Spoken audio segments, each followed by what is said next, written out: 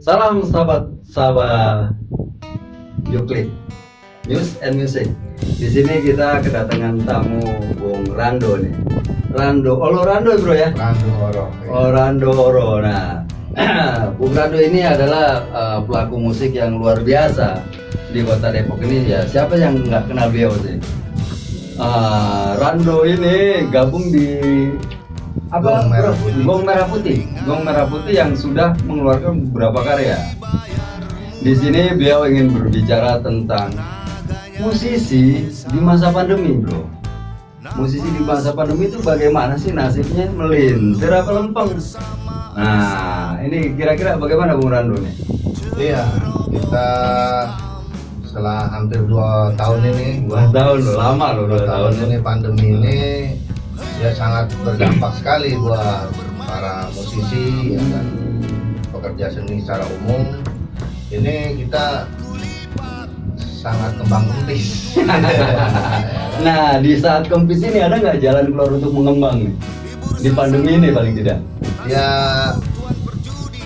agak sulit karena biasanya kita kan para musisi ya khususnya itu kita kan bisa dapat apa namanya honor atau dapat pemasukan itu kita ketika menampilkan karya-karya kita itu secara live. Ya. Nah itu sekarang ini hampir semua panggung Tiarap ya. diarah. Tidak ada tiang untuk berdirinya panggung. Nggak ada. Aduh. Nah, ini kan kita berada di kota Depok. Ada nggak tiap pemerintah untuk ya bagaimana lah berpartisipasi atau peduli terhadap peristiwa atau permasalahan musisi sekarang ini, bro?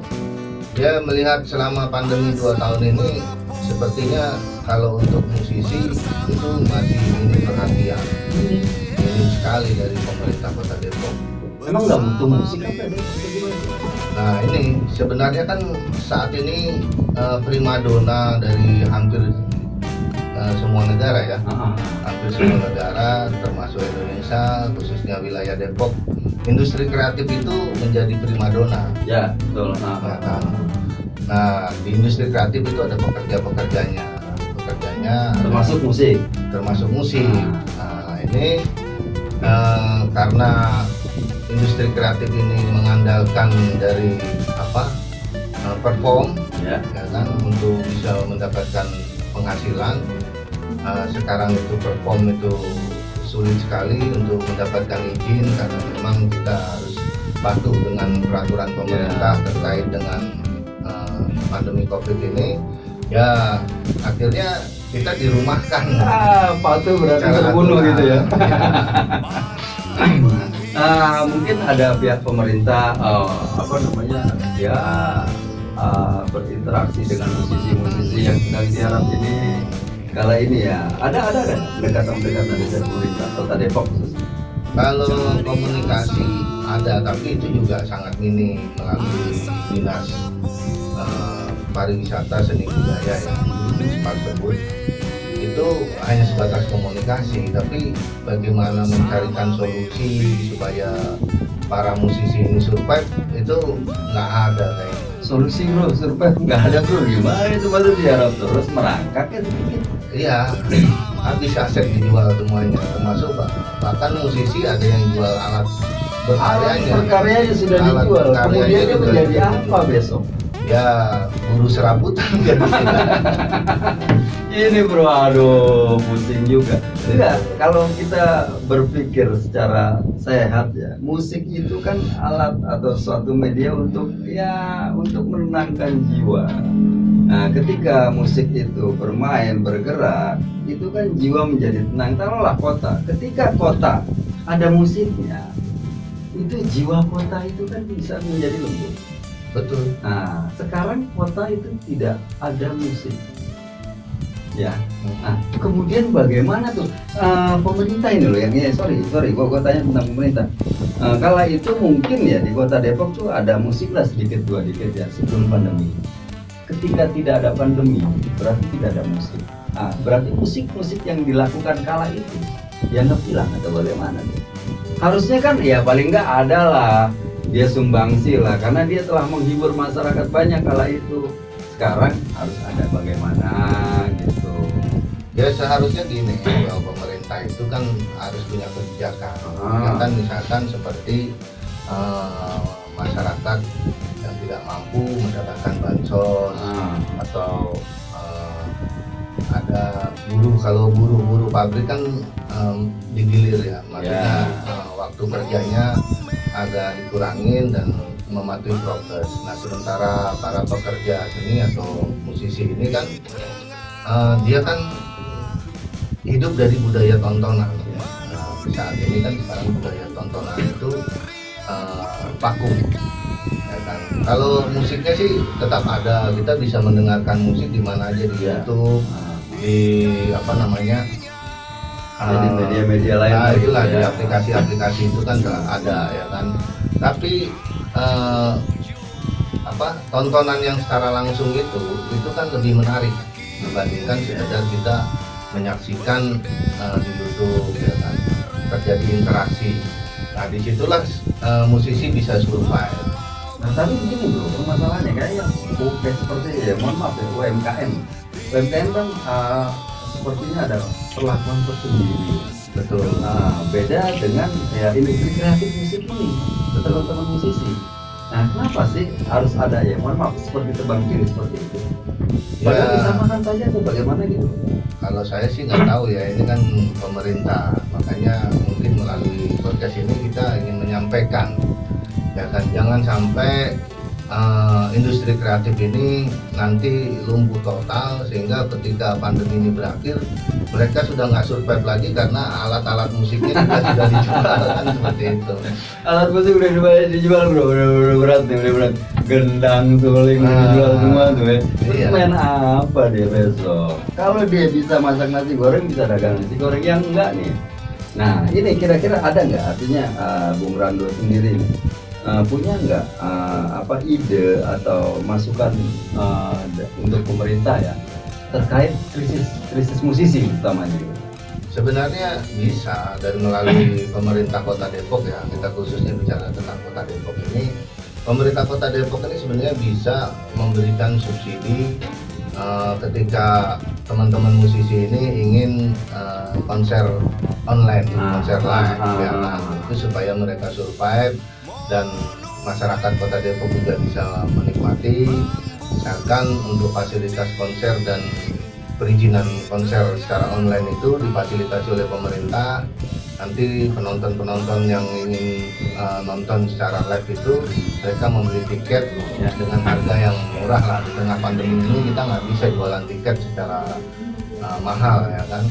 Nah ini sebenarnya bagian dari negara hadir kepada para seniman musisi.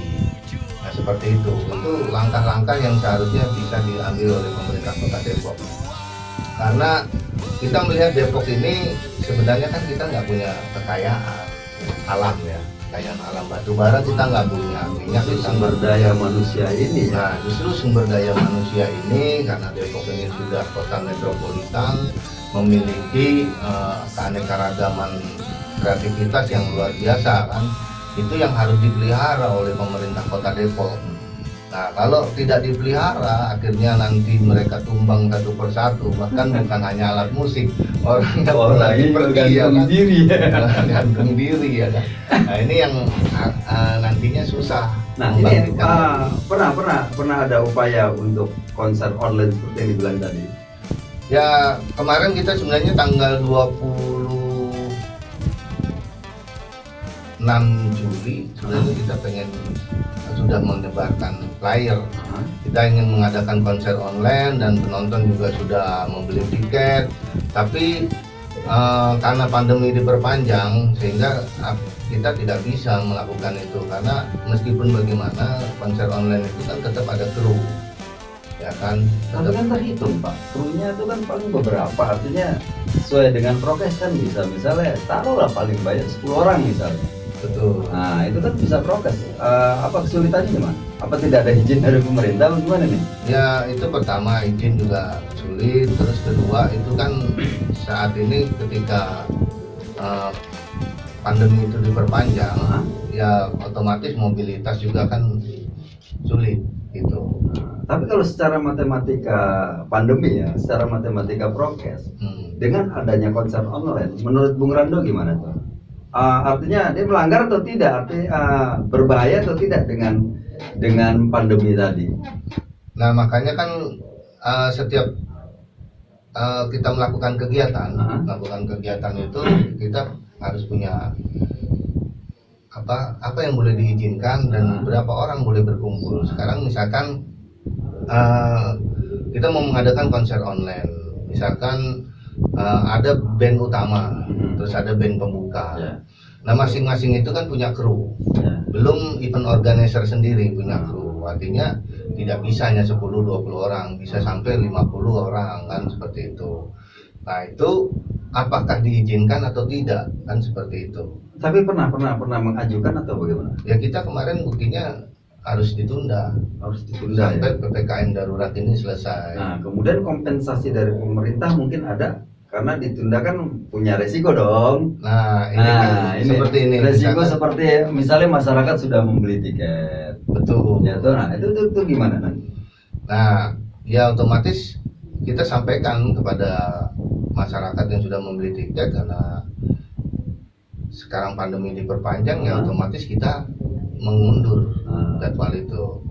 Sekarang gini, pertama kita konser, kalau semua harus wajib pakai masker, yang nyanyi ngap kan? Iya, kalau mungkin main gitar, main drum bisa pakai, yang nyanyi kan pakai masker ngap juga kan gitu kan. Itu kan standar ya, standar dari aturan prokes yang diberikan oleh pemerintah kan seperti itu. Nah, kemudian berkeberatan nggak ketika itu dilakukan penundaan lah itu, penundaan dari pemerintah? Ya mereka rata-rata bisa mengerti, memang karena itu udah aturan pemerintah, kita kan tidak mau. Sekarang undang-undang tertinggi itu bukan undang-undang dasar 45, undang-undang COVID. Undang-undang COVID ya, tertinggi itu. Wah, luar biasa itu. Iya. Nah ini oke lah, ini oke, kita selesai di di pandemi, bahwa kita tidak boleh ini, tidak boleh itu. Nah ini utamanya bagi para musisi ya, pelaku seni ya. Ke depan ketika pandemi menjadi nol, kita menjadi bebas, apakah ada harapan untuk menjadi maju? Artinya dukungan pemerintah Kota Depok sejauh mana sih? Ya sebenarnya seni itu nggak pernah mati, musisi juga nggak akan terus hidup. Sekarang ini kan Depok ini sebagai kota metropolitan itu satu-satunya kota metropolitan yang nggak punya gedung kesenian. Ya. Jadi kualitas hidup tadi bagaimana bagi para pelaku seni ini? Sementara rumahnya tidak ada, Pak. Nah itu, jadi misalkan kayak wakil rakyat, itu punya rumah wakil rakyat. Ya kan, Palang Merah Indonesia punya. Ada. Kadin ada. Pramuka ada, bro. Pramuka ada rumahnya, kan seperti itu. Nah musisi atau seniman Depok secara umum itu kita nggak punya rumah. Seperti itu. Terus pasang tenda bagaimana tuh akhirnya dulunya? Ya kita akhirnya kumpulnya di sudut-sudut kota. Sementara kalau bicara industri kreatif ya kan, kita itu primadona. Sebetulnya primadona. Banyak kok musisi-musisi yang saya tahu tuh yang ada di Kota Depok ya, pelaku-pelaku seni yang Kota Depok yang menjual sedemikian rupa. Tapi mereka meninggalkan Kota Depok mungkin karena itu ya. Atau bagaimana menurut Bung Rando? Ya akhirnya mereka mencari tempat yang kota lain yang memang bisa membuat mereka survive di kota itu. Berarti bisa dibilang kecelakaan kreasi kita ya. Kecelakaan. Hilang kan, berarti kan potensi-potensi kita bisa hilang karena ini. Iya. Padahal kalau dihitung ya, berapa sih? Ya kan gedung kesenian ya ketimbang potensi yang hilang.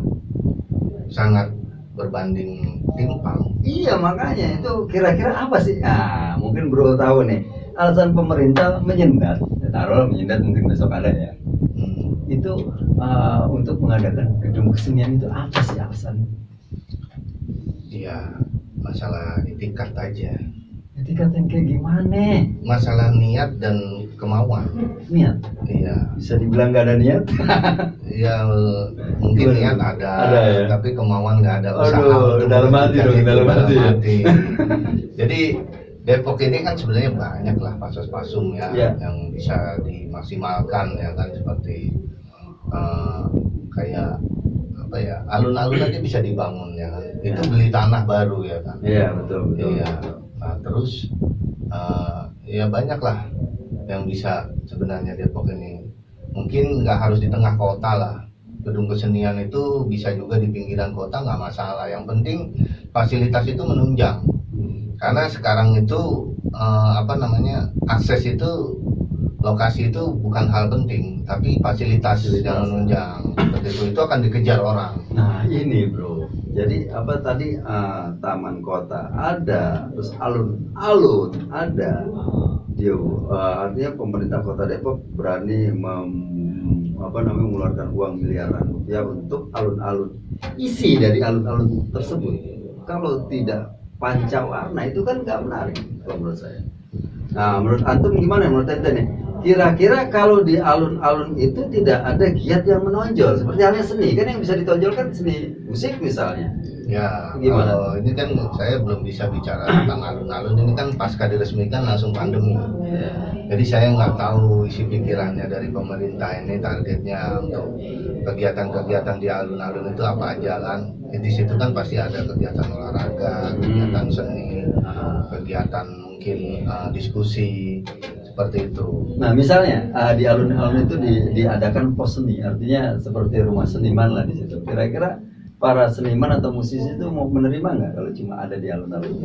Jadi gini, alun-alun itu sebenarnya ruang bersama, tidak hanya seniman, tapi di situ juga boleh tukang bakso, siapa saja lah gitu ya, komunitas, tukang pentol, itu boleh kumpul di situ. Artinya itu rumah bersama lah, anggota dewan boleh nongkrong di situ, ya kan, pejabat boleh nongkrong di situ.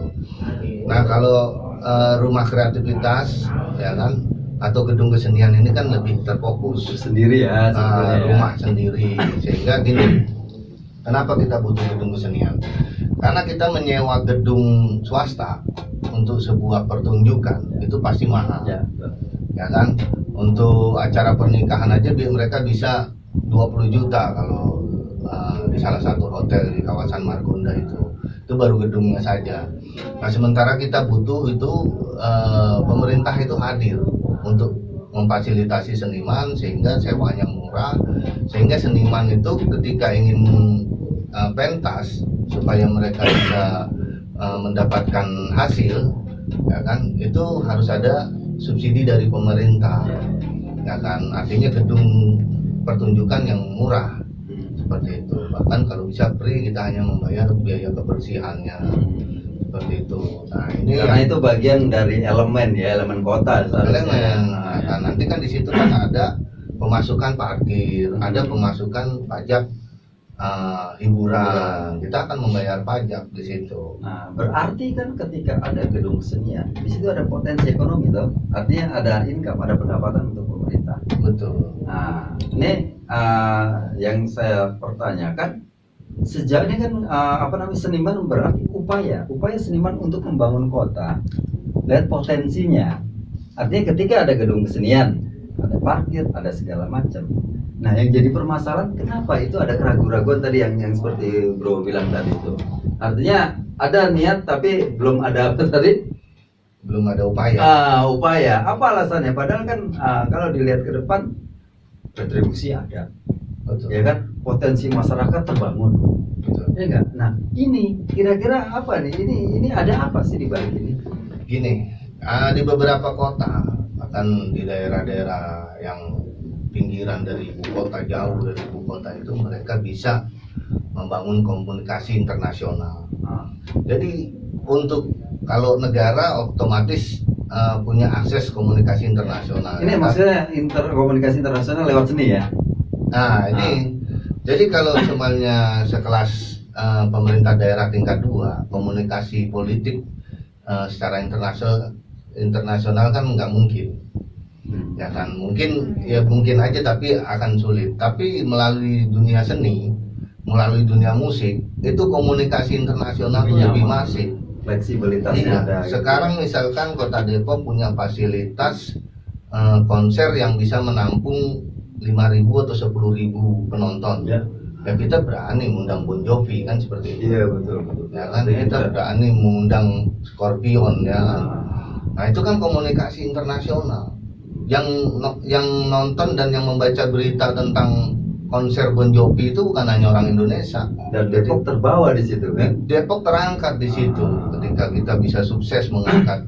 Nah, kita bisa menyelenggarakan itu. Nah, di situ terjadi komunikasi internasional melalui bidang seni. Misalkan kita mau menghadirkan ya kan seniman-seniman orkestra dari Prancis, seniman orkestra dari Swiss seperti itu, ya kan. Nah, kita nggak punya fasilitasnya itu, sehingga kita juga kalau sumbangannya mau. Padahal potensi untuk itu ada ya dari kawan-kawan kita sebetulnya ada ya. Ada. Nah, Sangat ini ada. yang perlu dipikirkan oleh pemerintah ya. Iya. Jadi mungkin ya secara hitung-hitungan pemerintah belum melihat potensi itu mungkin. Bisa diceritakan Bung Rando, kira-kira potensi apa yang bisa mengangkat kota Depok lewat sini? Ya sangat banyak sebenarnya. Saat ini kan Depok ini ya itu tadi dengan minimnya fasilitas kita itu tidak bisa berbuat banyak. Ya kan. Nah, sebenarnya potensi seni di Depok ini luar biasa. Kita punya beberapa kelompok seni yang sudah go internasional, tapi kan mereka selalu keluar, tidak bisa pentas yang secara fenomenal di kota Depok. Ya kan, kita misalkan seperti Iwan Fals. Ya, Iwan Fals itu warga Depok, ya. berKTP Depok, tinggal di Lewinanggung Depok. Pernah nggak Iwan Fals itu menyelenggarakan konser dengan 5.000 aja, nggak usah 10.000. 1.000 aja itu jarang ya kan. Padahal itu potensi ya. Itu potensi. Apapun itu potensi. Nah, dengan tiket itu kan kena pajak. Ya, makanya. Mereka jual nonton tiket Iwan Fals itu 100.000 aja, orang dari mana-mana bisa datang ke Depok. Dengan orang dari mana-mana datang itu, mereka butuh penginapan. Ya, mereka butuh makan. Ya, hidup semua ya. Hidup dong ekonomi di situ ya kan. Betul. Kuliner hidup, Ya. perhotelan hidup ya kan, semuanya bisa hidup. Nah, potensi itu tidak diangkat. Misalkan Anang Hermansyah ya kan, belum pernah loh konser Anang Hermansyah tunggal di itu. Depok juga Padahal ya. rumahnya di Depok, di Cinere ya kan. Nah, seperti itu. Banyak sebenarnya potensi di Depok ini, apalagi mereka warga Depok. Kalau didekati oleh pemimpinnya, ya mereka pasti mau. Ya. Tapi jangan menjolimi, artinya lu mentang-mentang lu, gue warga Depok, lu gue sumbangsi, lu pentas nggak gue bayar, ya jangan. Hargai dong seniman Profesional itu. lah, Profesional, artinya seperti itu. Karena mereka kan butuh hidup, mereka nggak ada yang gaji. Dengan tampil itulah mereka dapat gaji mereka. Seperti itu, penghasilan mereka dari situ. Ya, ini semoga pemerintah Kota Depok ini bisa lebih cermat ya, lebih bisa mendalami tentang seni, berkesenian dan potensi seni di Kota Depok yang pada akhirnya memberi fasilitas kepada para pelaku seni di Kota Depok ya. Betul. Nah, harapan ente nih bro, kira-kira apa sih untuk Kota Depok nih, untuk pemerintah Kota Depok terhadap kaum ente seniman? Ya, kita berharap pemerintah Kota Depok ini segeralah membangun gedung kesenian. Segera membangun gedung kesenian. Ya, itu sebagai pusat orang Depok berkesenian. Nanti mau kesenian tradisional, mau kesenian sastra, mau kesenian musik, apapun kesenian ya. lukis, seperti itu. Sampai sekarang pun seniman lukis pun berteriak, kita nggak punya museum atau semacam ruang untuk jualan lukisan itu yang untuk di atas harga 100 juta. Nggak mungkin kan di trotoar kita jualan seni 100 juta. Ya kan, itu kan kita mau mengundang kan bukan Lamto Kabir, kita mau undang. Kudu ada gedung keseniannya dong. Yang kita mau undang ini kan pejabat ya, orang pakai minyak rambut deh, minyak wangi kan. Ya. Itu bro. Itu yang sekali jajan 300 juta. Berapa sih? Nah, bayar.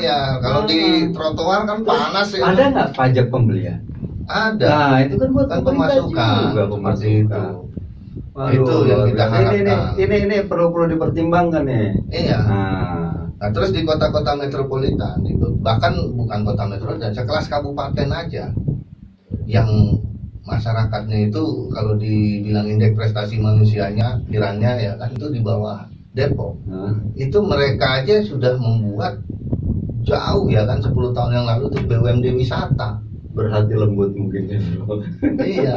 Nah Depok yang sekelas metropolitan, bayangkan aja dari Depok berdiri sampai sekarang anggota DPRD Depok, ini saya kritik terhadap anggota DPRD Depok, itu belum satu pun menghasilkan BUMD.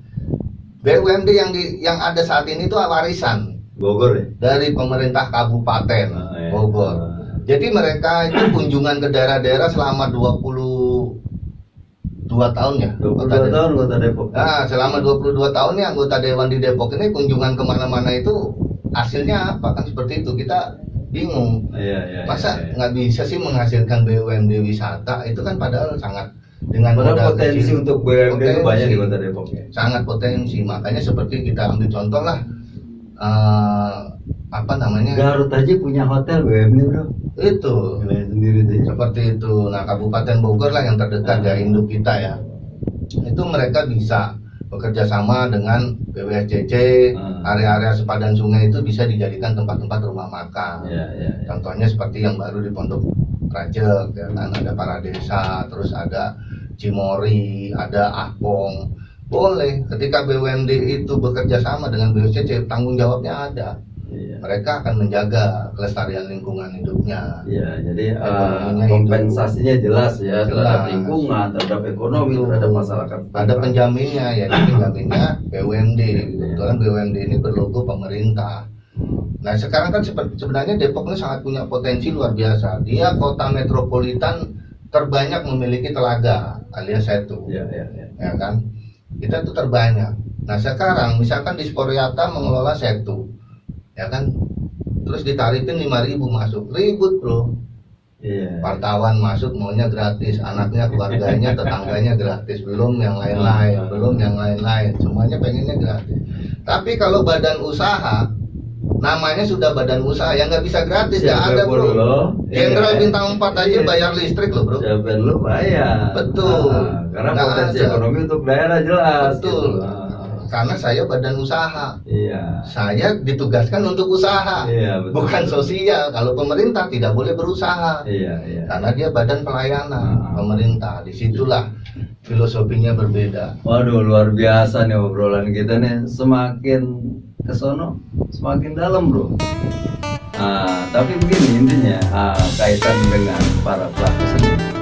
Semoga apa yang diangan-angankan, apa yang diinginkan oleh pelaku seni Kota Depok.